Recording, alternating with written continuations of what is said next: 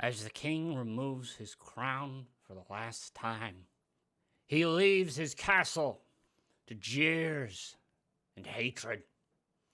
And as he travels from his kingdom in shame, so too do we.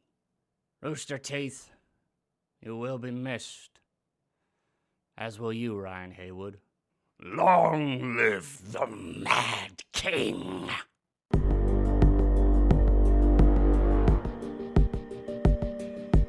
Well, thank you, like, and salutations, my lovely little lunatics. It's me, your friendly internet psychopath, Ed Saturday, here with my co-host, Bob. Hello! And today, on the ENSane Report, we're going to do a quick, this is not going to be about politics. Well, it can be about some kind of political issues, but what we're going to be talking about is a person I looked up to and a company that has helped me through well over a decade of my crippling depression and mental illness. Yeah, without Rooster Teeth, I doubt we'd still be here. Yep, whenever the depression settled in, I would watch Achievement Hunter videos or Funhouse. Even back when they were Inside Gaming, I would watch Free Play. I would watch best of compilations of the Mad King, Ryan Haywood. Achievement Hunter Minecraft. Best of Inside Gaming, Funhouse. Best of Ray Narvaez Jr., known as Brown Man. Also, the best of R&R Connection. Ah, yes, Ryan and Ray. Yes. I, for the longest time, greatly enjoyed Rooster Teeth and their work. But what is Rooster Teeth? Well, 17 years ago, three men got together and they made one of the truly, I believe, first kind of YouTube video programs. Like, I don't know if it was just YouTube, but they did stuff called machinima, which I don't know the exact terminology of it, but what I've always taken it as is using in-game assets and stuff like that to make videos. Like Source Filmmaker and TF2. Yeah, those TF2 animated videos and all made by other people. Well, they do it with like Halo, and that's what this was. It was red versus blue. You should really check it out. It is hilarious. I don't know about the newer seasons, but I watched a lot of the OG ones, and they are amazing. And so, eventually, one of the three men, Jeff Ramsey, decided he wanted to make his own little group in the part. This is after their success. He decided, I want to make my own little group that basically focuses on video games, like actual playing and Let's Plays and all, and guides, and it was called Achievement Hunter. Ah, Ray. One of the best achievement hunters of them all. Or at least the ones most entertaining that we still watch. Yeah.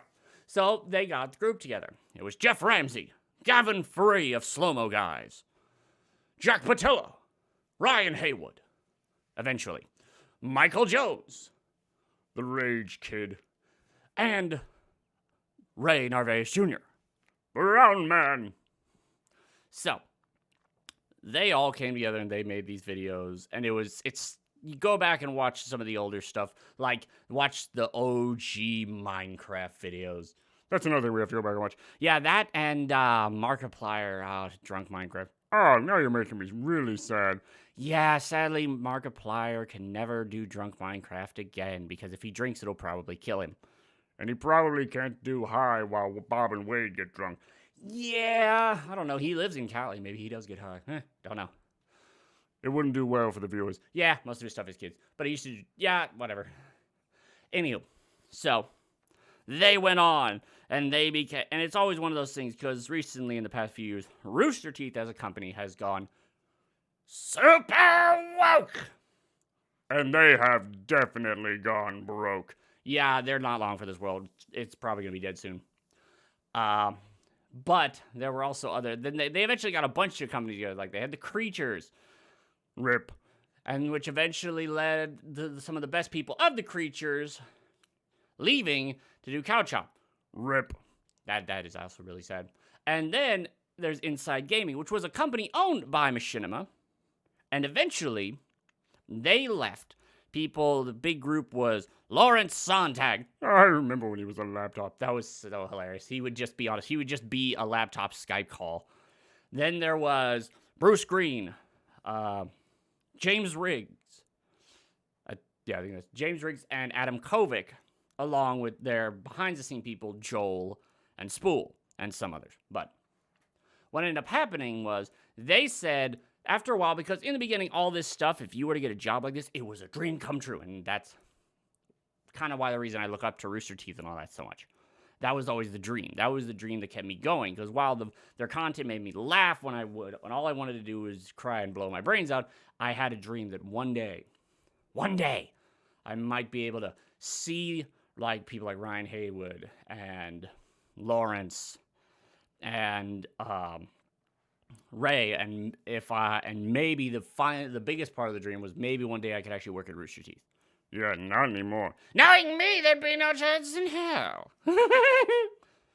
But later on in these years, like people would come from all around to come play and work and do collabs with us, like Achievement Hunter or Funhouse.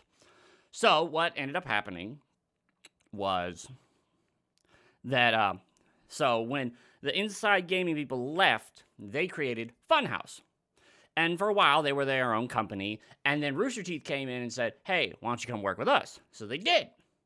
And they had the little news show, which was originally its own thing under the gaming news show, which originally was under Rooster Teeth itself, called The No. I miss Ashley. I do as well. And also because another reason I really liked it is Ryan was usually on it. Another one was a free play with Meg Turney, Gavin Free's model girlfriend, but she left and then free play died. Rip. That one really makes me sad. It is. That's another sad one. And so the No transferred over to Funhouse. So they did gaming news, and then they did their Let's Plays and all. Well, eventually, they actually got the Inside Machinima went under. They got the Inside Gaming name back, and that came back, and it was great, and like old times. But then people started leaving. First was Ray. Several years ago, he went off because he was one of the first people of Twitch to just realize money could be made. And he streamed all the time, even when he worked for Achievement Hunter. And that's the thing, it was actual work.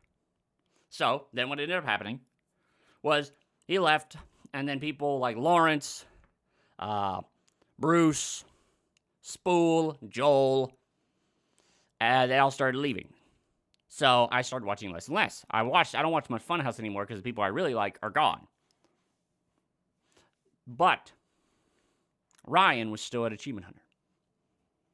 So I watched, and I love Ryan. He's the reason I love the Mad King so much is because he is the person that helped create Insanity.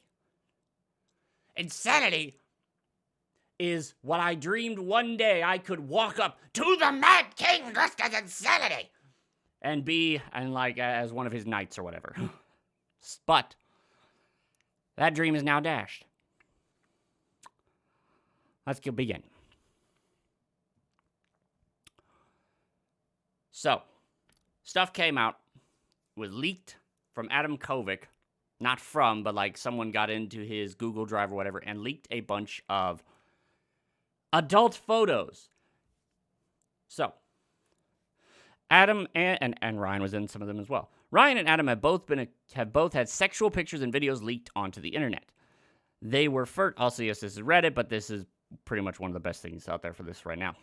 Were leaked onto a bodybuilding forum a few weeks ago by someone claiming to have catfished them, but the leaks didn't get much attention. There were no accusations or context associated with them during the initial leak. On Monday, 4chan got a hold of the files and posted them again, but this time there were a series of accusations, including both men sent pictures and vids to fans. Both did so without their wives' knowledge, so they were cheating. Both sent them to minors. Both pressured young fans to send pictures in return. Both sent pictures to people who didn't want to receive them. And there's a video of Adam actually having sex with his wife, which seemed without her knowledge and consent, which is always a no-no, especially I think out in Cali. So, and doing all this and taking the pictures, and were clearly they were taken in the funhouse office. I didn't read that bit, but so yeah, literally, that's grounds for dismissal. Well, it gets on, it goes on, and eventually, we start getting updates. Update number 1. Someone has come forward claiming to have exchanged nudes with Ryan over social media beginning when she was 17, though she admits she told him she was 18. She alleges they met at PAX, had an on and off virtual relationship for 2 years, and they made plans to meet up and have sex in Austin, but they fell through. She also suggests other community members can back up her story and has posted a video of Snapchat screenshots between her and Ryan, which do appear to actually be from his actual account. If true, soliciting sex online, sending explicit pictures to, and receiving pornography from such a person under the age of 18 is illegal in Texas despite the age of consent being 17. So this could get serious. As I understand it, a mistake of age defense, i.e., he believed that she really was 18, is not valid in Texas as sexual offenses relating to minors are strict liability, no excuse crimes. Remember that the innocent until proven guilty is still in play, but that goes for the accuser as well as the accused, so withholding. So basically, and then Ryan put out a statement, and he left.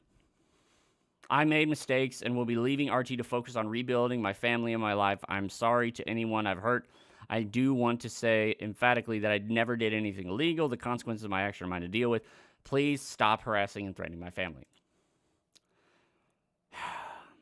But yeah, then they officially fired Ryan and Adam, it seems. Ryan's Twitch mods have come forward to claim that 2 years ago they received a report of an inappropriate message sent to a fan by Ryan. This is number 6. The story, including screenshots, was given to them by a friend of the fan without the fan's consent, and the fan in question refused to cooperate, so the mod team hit a dead end in their ability to investigate at the time. They say they were confronted by Ryan at the time and claim he admitted to it, but defended himself by saying it never got too graphic and he wouldn't do it again, which they accepted. The fans in this case is different to the one in, so the person who's in the first update is not this one. The word victim is used throughout their statement, but as it was not specified that the fan was a minor who coerced or manipulated, was harassed, not concerning, I have omitted it in my update for the sake of remaining unbiased as possible. Then they released their RT released their embargo, and a bunch of people came out and were upset about this. Number 9, another fan has published their account of alleged affair with Ryan. Note they were a consenting adult, but they were in a vulnerable mental state at the time. Blah, blah, blah. Ryan knew. Man, this really sucks. 2020 keeps getting worse and worse every day. It really does. It really does. And I'm going to be completely honest here in my assessment of all this. Until actual, I've not looked at the pictures. I'm not going to. I don't want to, especially if there's a chance that some of it is CP counting. But first off, towards the whole thing that of the 17-year-old playing their 18-year-old and that still being a crime, I believe that's bull, because that's literally what else. What can you do? What's supposed to happen? I don't like that law. But at the same time, it is the law. As for everything else coming out, it looks damning, but I'm going to do as I always do, and I'm going to wait for full evidence. And people are going to say, well, RT already dumped him, blah, blah, blah, Ryan left. I was like, yeah, Ryan left. I'm betting there's some truth to all this. But also, Ryan, it's the Coof stuff. He has a stream, which is a stream I still watch, but he has kids and he has a family and stuff is going crazy, and I'm betting them once again there apparently are the pictures. There apparently are like pictures of him with someone else or something like that. I think so. Can't really deny that he cheated, It's all about legality at that point. And I knew Rooster Teeth would dump them because they've gone super woke. And this would already be bad for their dying brand. But I'm also one of those people that really, I'm going to look at this. If Ryan comes back to streaming, I'm going to watch his streams. I'm not going to give him money or anything, but at the same time, I was also that person when I'm one of those people that separates art from artist. I know it's wrong and all that stuff, and if he gets put in prison, then that's it. Then I will stop watching. But if it's literally just because he went out and was getting freaky with fans, which that does rub me severely the wrong way. But just one of those things. Like, it's been such a huge part of my life. Well, maybe it is time to move on and become the next Mad King. Maybe, because I am going back to video games. I am going to start doing that stuff. I'm going to plug my Twitch, and we're going to start getting back on that. And I'll eventually start posting my other YouTube channel, getting all that stuff set up. But yeah, this hurt. This hit right in the soul cake. And our soul cake is already pretty stale. Yeah, it's very fragile. But at least the icing with all the new help we've been getting has been moistening it back up a bit. Saved us from a critical hit. It did save us from that critical hit from this. But anywho, I thought this is a topic that I found really interesting, that I wanted to talk about. And yes, I will continue to talk about politics, but at the same time, I also want to talk about tech and stuff. Mainly because I'm afraid of the politics stuff coming and canceling my channel. Yeah, we still have to worry about that community guideline strike. So yeah, anyhow, if you like this little video going back on my own personal little things and my own little thoughts about content and stuff that I actually feed, that I actually look at, then check that like button and subscribe for more Insanity! And I will see you all later. Bye, everyone. Bye!